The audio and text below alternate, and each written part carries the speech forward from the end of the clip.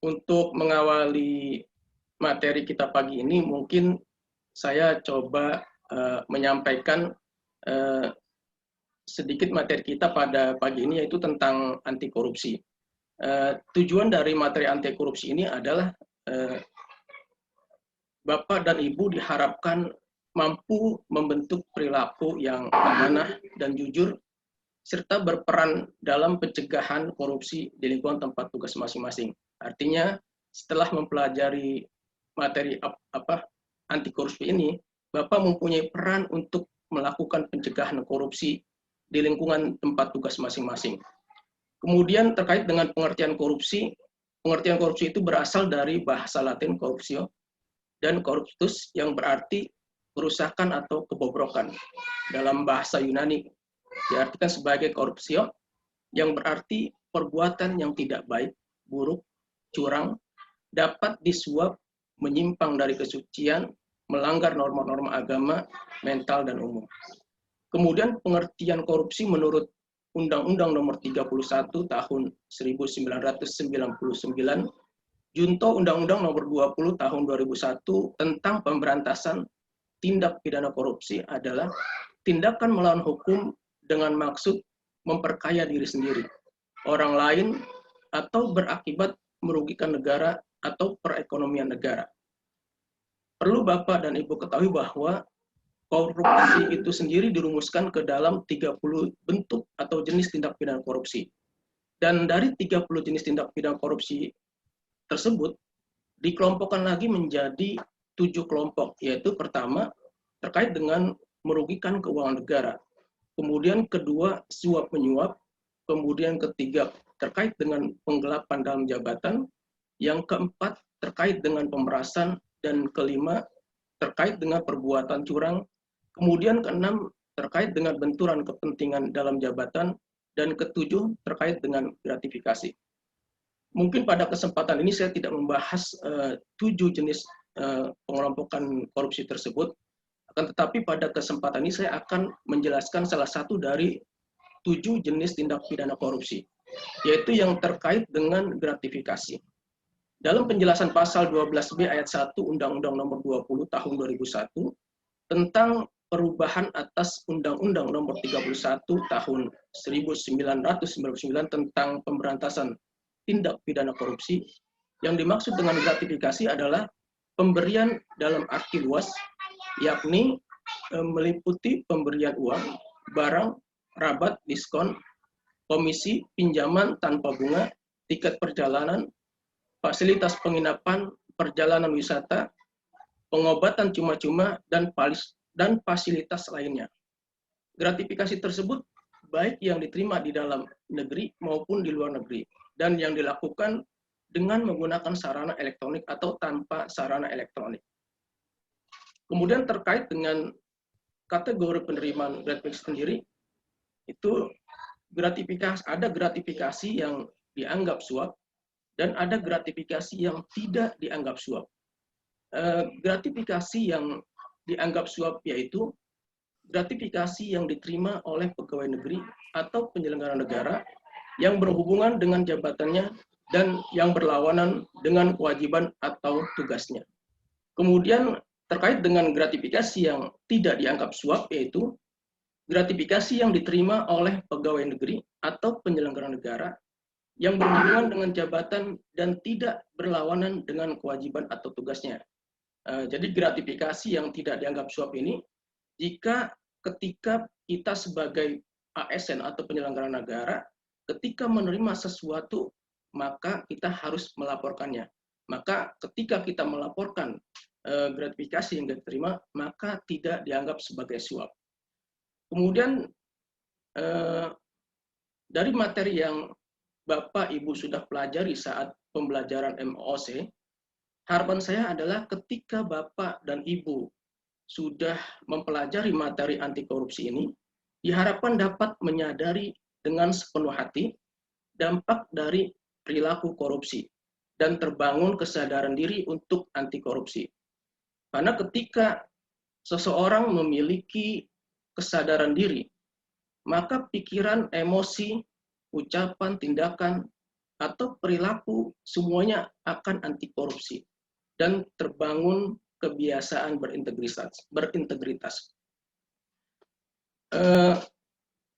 Dengan adanya kesadaran diharapkan menjadi kemauan yang kuat dan semangat yang tinggi dari Bapak dan Ibu sekalian untuk menghindarkan diri dari perilaku dan tindak pidana korupsi, dan timbul kepedulian untuk mengajak dan membangun sistem atau membangun lingkungan yang berintegritas, sehingga semakin banyak orang yang terhindar dari perilaku korupsi. Kita tahu bahwa perilaku korupsi itu sendiri terjadi karena ada faktor niat dan ada faktor kesempatan. Selain niat dan faktor kesempatan ini juga bisa karena adanya keterpaksaan, adanya yang memaksa dan adanya yang dipaksa. Kemudian terkait dengan pencegahan korupsi bisa dilakukan melalui perbaikan manusianya, perbaikan SDM-nya, seperti memperbaiki moralnya, etika publiknya, meningkatkan kesadaran hukumnya, mengentaskan kemiskinan, memilih para pemimpin yang jujur, bersih, dan anti korupsi, dan lain-lain.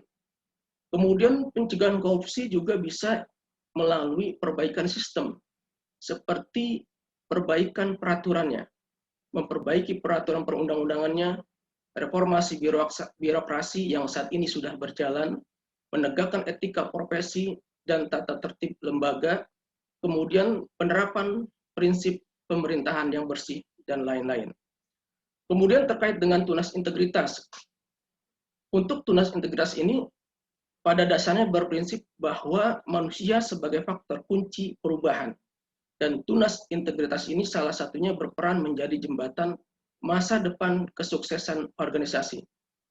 Mereka menjadi kumpulan orang yang selalu terdepan untuk memastikan tujuan organisasi agar tercapai. Inti dari materi anti korupsi ini adalah bagaimana Bapak dan Ibu bisa memiliki kesadaran anti korupsi yang tertinggi.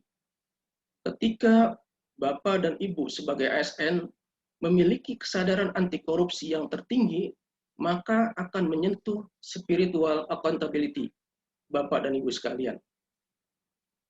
Jadi, baik Bapak dan Ibu, mungkin ini aja sedikit ya, pengantar materi anti korupsi pada pagi ini. Mudah-mudahan apa yang saya sampaikan dan apa yang telah Bapak Ibu pelajari melalui pembelajaran MOC bisa diaktualisasikan dalam pelaksanaan tugas maupun dalam kehidupan sehari-hari. Mungkin harapan saya, berkali-kali saya sampaikan bahwa nilai yang baik, hasil yang baik ketika selesai melaksanakan Latsar ini akan menurut saya secara pribadi akan menjadi percuma kalau materi nilai-nilai aneka ini tidak Bapak Ibu aktualisasikan dalam pelaksanaan tugas maupun dalam pelaksanaan kehidupan sehari-hari di masyarakat. Oke, cukup ya untuk kelompok satu. Terima kasih, Pak. Iya, jadi seperti di awal saya sampaikan, saya tidak menilai benar salah, akan tetapi harapan saya dari tugas kelompok ini terkait dengan mengidentifikasi isu atau masalah yang ada di tugas masing-masing, ini harapan saya nanti mungkin bisa saja ini sebagai bahan untuk rancangan aktualisasi dari Bapak Ibu sekalian. Disarankan paling tidak satu orang itu membuat 3 isu. Nah itu 3 isu yang harus dimiliki. Nanti bisa dikonsultasikan dengan mungkin mentornya atau pimpinannya. Mana kira-kira isu yang memang betul-betul aktual dan perlu diangkat, perlu diselesaikan, dan menjadi nanti bisa dibiasakan di lingkungan kantor dan bisa diaktualisasikan. Tapi intinya terkait dengan rancangan aktualisasi ini, Bapak dan Ibu yang lebih tahu. Karena tupoksinya itu di tempat Bapak Ibu yang lebih paham dan mengetahui kira-kira apa yang isu aktual yang memang harus betul-betul bisa diselesaikan dan bisa diaktualisasikan. gitu, dari rancangan yang nanti Bapak Ibu buat. Itu ya, seperti saya sampaikan bahwa yang lebih tahu tupoksi itu Bapak dan Ibu. Nah, ketika ada permasalahan, ada isu di bagian keuangan itu, mana yang betul-betul, karena saya sampaikan tadi bahwa itu pun juga mengenai hajat hidup orang banyak terkait dengan internal kita, ya kan? Gaji itu juga sama, uang makan semua. Kalau kita lambat, kadang-kadang kan teman-teman nanya, kok bagian gaji ini lambat banget sih, uang makan udah tanggal 10 belum juga turun. Seperti itu ya, dalam prakteknya ya. Nah, ini udah tanggal 15 juga belum lama banget sih. Bagian keuangan ini ngapain aja sih kerjaannya, gitu kan. Nah, bagian keuangan juga kan terkait dengan misalkan rekapitulasi kehadiran, kan dari situ kan. Mungkin bisa juga menunggu dari bagian kepegawaian. Nah, ini di mana letak salahnya ini, gitu. Apakah di bagian kepegawaian yang lambat membuat rekapitulasi kehadirannya, ataukah memang bagian kepegawaian yang mungkin menunda pekerjaannya? Ini kan ada permasalahan di mana nih yang harusnya. Mungkin bisa juga dibuat SOP terkait dengan pencarian uang makan. Artinya bisa dibuat misalkan optimalisasi pencairan uang makan, ya kan? Misalkan dari bagian kepegawaian diminta 2 hari sudah menyelesaikan rekapitulasi kehadiran. Bagian keuangan 5 hari, misalnya ini contoh aja ya. Intinya Pak Rusdi tidak mengapa, tidak masalah. Silakan. Ya, hanya memang terkait dengan pelayanan publik ini lebih menurut saya lebih menarik karena pada saat penilaian kualitas isunya itu biasanya ada yang dinilai itu terkait dengan aktualnya, isu aktualnya itu yang terjadi dan hangat dibicarakan dalam masyarakat atau dalam lingkungan misalkan ya kita kementerian. Kemudian terkait dengan halayakan ini yang menyangkut ya tadi saya bilang hajat hidup orang banyak, gaji, uang makan juga itu menyangkut hajat hidup orang banyak, tapi lingkupnya internalisasi kita di Kementerian Hukum dan HAM atau bagian di CNPP itu nggak apa-apa. Terus terkait dengan problematiknya ini isu yang memiliki dimensi masalah yang kompleks sehingga perlu dicarikan segera solusinya itu. Kemudian terkait dengan kelayakan, isu yang masuk akal dan realistis serta relevan untuk dimunculkan pemecahan masalahnya. Itu aja paling. Jadi pada intinya dikembalikan ke Bapak dan Ibu sekalian, Bapak yang lebih tahu tupoksinya di situ.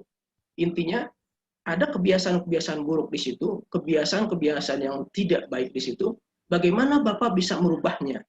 Gitu, dengan mengkaitkan nilai-nilai aneka yang Bapak Ibu sudah dapatkan. Itu saja. Itu senantiasa menjaga komunikasi dan kerjasama yang baik antar rekan kerja agar dapat saling bahu-membahu menyelesaikan berbagai pekerjaan. Mohon izin Bapak, sekian yang dapat kami sampaikan dari kelompok 2, Pak.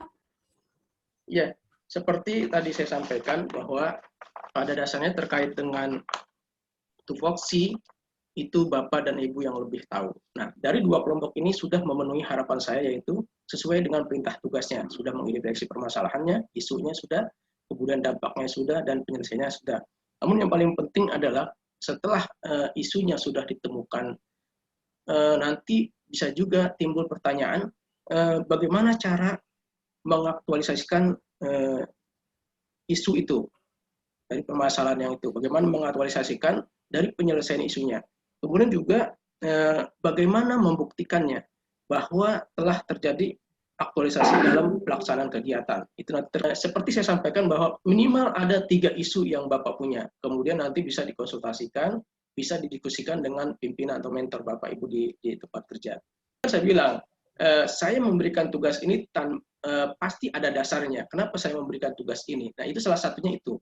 Ketika Bapak mengidentifikasi, oh ini yang nggak baik di sini nih, ini harus dirubah, harus dibiasakan, kan, menjadi habituasi di tempat kerja, kemudian diaktualisasikan.